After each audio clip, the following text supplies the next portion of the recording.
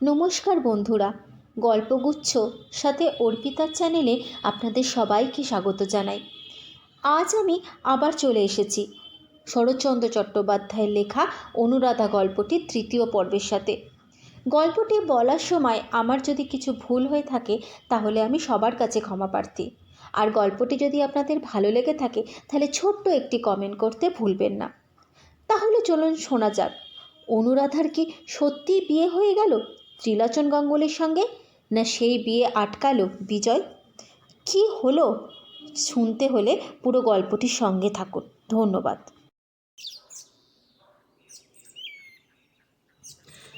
এদিকে উঠোনে ক্রমশ লোক জমছে। এবার তাদের নিয়ে কাজ শুরু করতে হবে। কিন্তু আজ আর বিজয়ের কিছুই ভালো লাগলো না।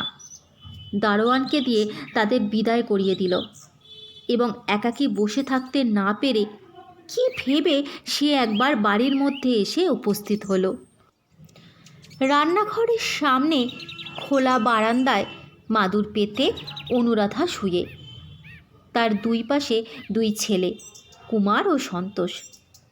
মহাভারতের গল্প চলছে।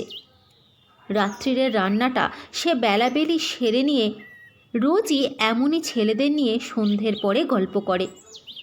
তারপর কুমারকে খাইয়ে বাইরে তার বাবার কাছে পাঠিয়ে দেয়। জ্যোৎস্না রাত্রি, ঘন পল্লব আম গাছের পাতার ফাঁক দিয়ে এসে টুকরো চাঁদের আলো স্থানে স্থানে তাদের গায়ে পড়েছে, মুখের ওপর পড়েছে। গাছের ছায়ায় একটা লোককে এদিকে আসতে দেখে অনুরাধা চকিত হয়ে জিজ্ঞেস করল, কে? আমি বিজয়। তিনজনেই ব্যস্ত হয়ে উঠে বসল। সন্তোষ ছোটবাবুকে অত্যন্ত ভয় করে। প্রথম দিনের স্মৃতি সে ভোলেনি। উৎসুক করে উঠে গেল। কুমারও তার বন্ধুকে অনুসরণ করল। বিজয় বলল, ত্রিলোচন গাঙ্গুলিকে আপনি চেনেন? আজ তিনি আমার কাছে এসেছিলেন। অনুরাধা একটু অবাক হলো। আপনার কাছে? কিন্তু আপনি তো তার ঘাতক নন। না, কিন্তু হলে হয়তো আপনার সুবিধে হতো।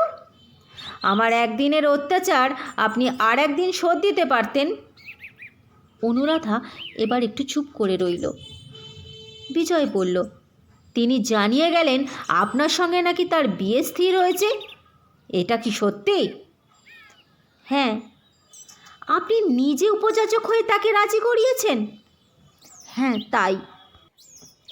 তাই যদি হয়ে থাকে তবে এ অত্যন্ত লজ্জার কথা। শুধু আপনার নয়, আমারও। অনুরাধা বলে ওঠে, আপনার লজ্জা কিসের? সেই কথা জানাতেই তো আমি এসেছি। ত্রিলোচন বলে গেল শুধু আমার তাড়াতেই বিভ্রান্ত হয়ে নাকি আপনি এ প্রস্তাব করেছেন। বলেছেন আপনার দাঁড়াবার স্থান নেই এবং বহু সাধ্য সাধনায় তাকে সম্মত করিয়েছেন। নইলে এই বয়সে বিয়ের ইচ্ছে সে ত্যাগ করেছিল।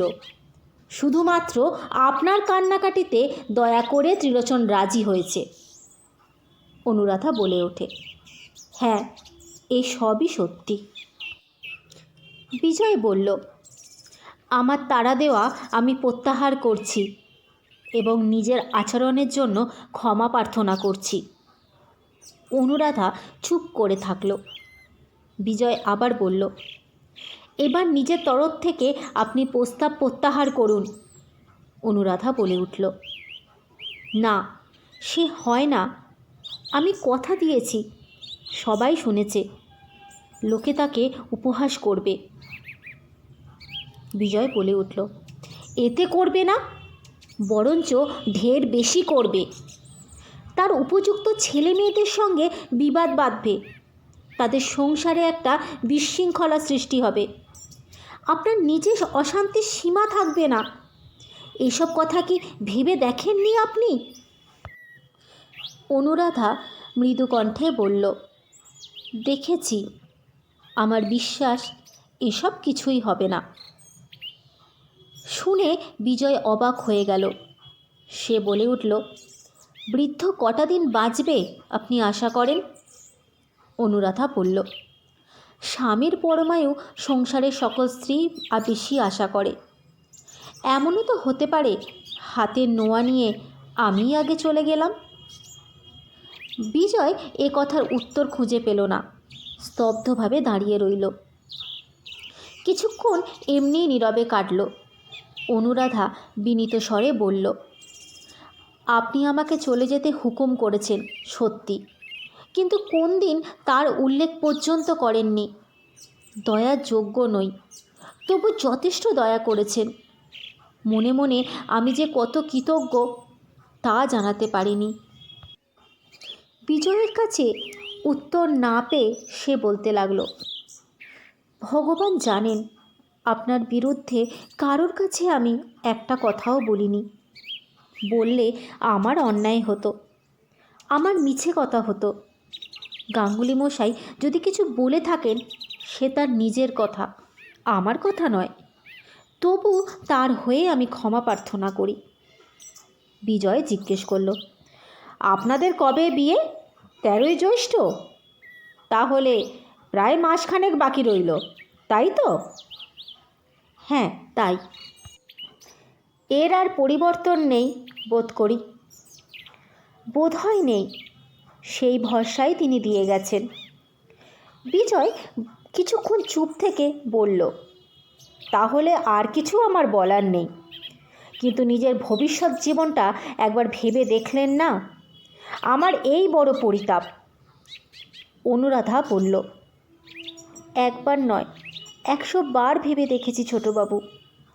এই আমার রাত্রি দিনের চিন্তা। আপনি আমার শুভাকাঙ্ক্ষী, আপনাকে কৃতজ্ঞতা জানাবার সত্যিই ভাষা খুঁজে পাইনি। কিন্তু আপনি নিজে একবার আমার সব কথা ভেবে দেখুন। আমার অর্থ নেই, রূপ নেই, ঘর নেই। অভিভাবকহীন একাকী পল্লীগ্রামে অনাচার অত্যাচার থেকে কোথাও গিয়ে দাঁড়াবার স্থান নেই। বয়স হলো 23-24। ইনি ছাড়া আমাকে কে বিয়ে করতে চাইবে আপনি বলুন না। যখন অন্যের জন্য কারোর কাছে গিয়ে হাত পেতে দাঁড়াবো, শুনে আপনারই বা কী মনে হবে? এই সবই সত্য, প্রতিবাদে কিছুই বলবার নেই।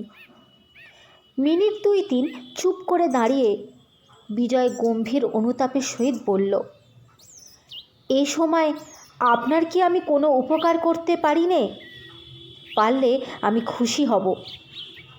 অনুরাধা বলল, আপনি আমার অনেক উপকার করেছেন, যা কেউ করতো না। আপনার আশ্রয়ে আমি নির্ভয়ে আছি। ছেলে দুটো আমার চন্দ্র সূর্য, এই আমার ঢের। আপনার কাছে প্রার্থনা শুধু মনে মনে আর আমাকে আমার দাদার দোষের ভাগী করে রাখবেন না। আমি জেনে কোনো অপরাধ করিনি, বিশ্বাস করুন।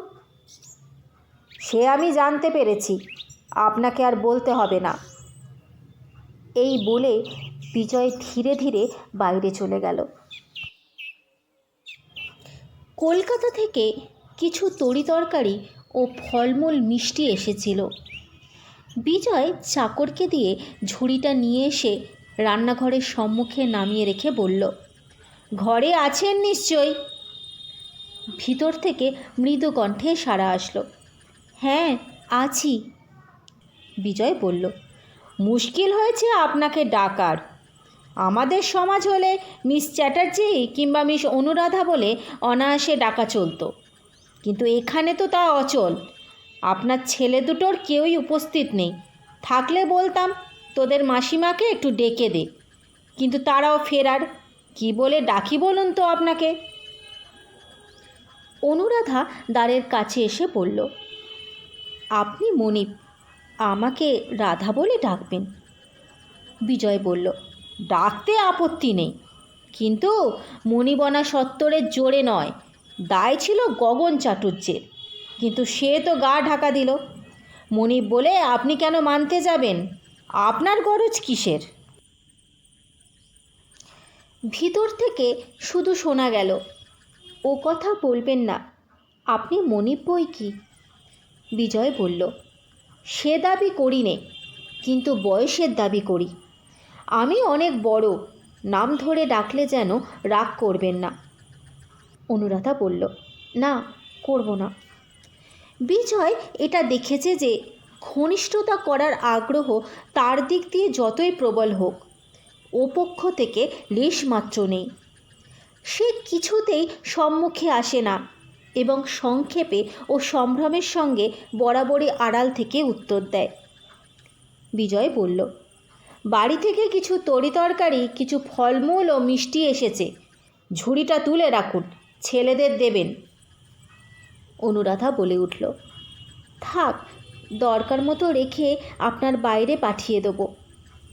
না না, সে করবেন না, আমার বামুনটা রাঁধতে জানে না, আবার দুপুর থেকে দেখছি চাদর মুড়ি দিয়ে পড়ে আছে।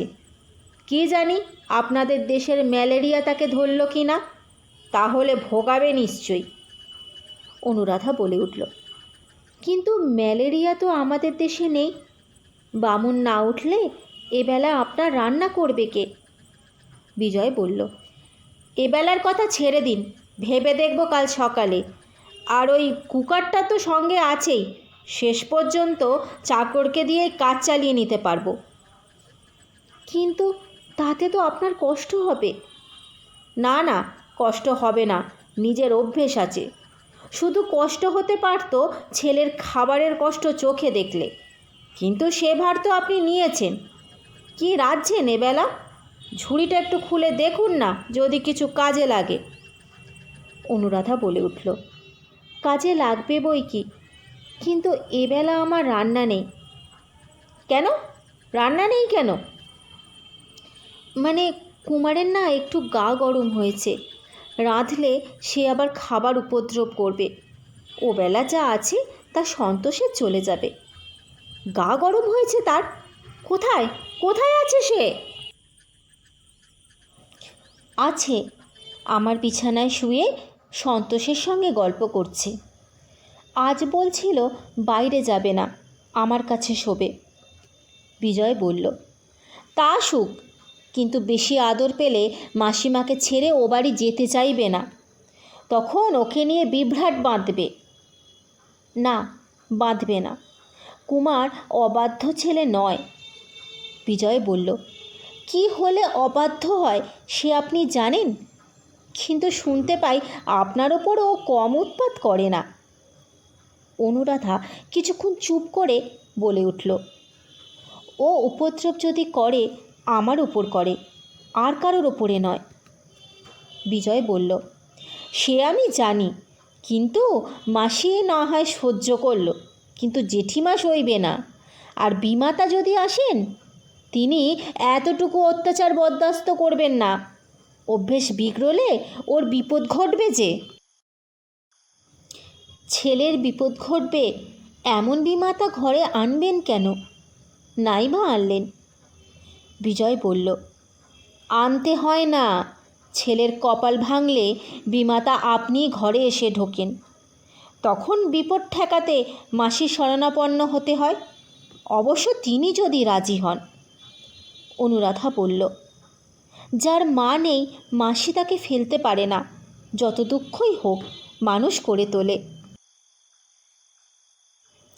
কথাটা শুনে রাখলুম বলে বিজয় চলে যাচ্ছিল। ফিরে এসে সে বলে উঠল, যদি একটা কথা বলি, আপনি কিছু মনে করবেন না তো? না, বলুন। কুমারের চিন্তা পরে করা যাবে, কারণ তার বাপ বেঁচে আছে।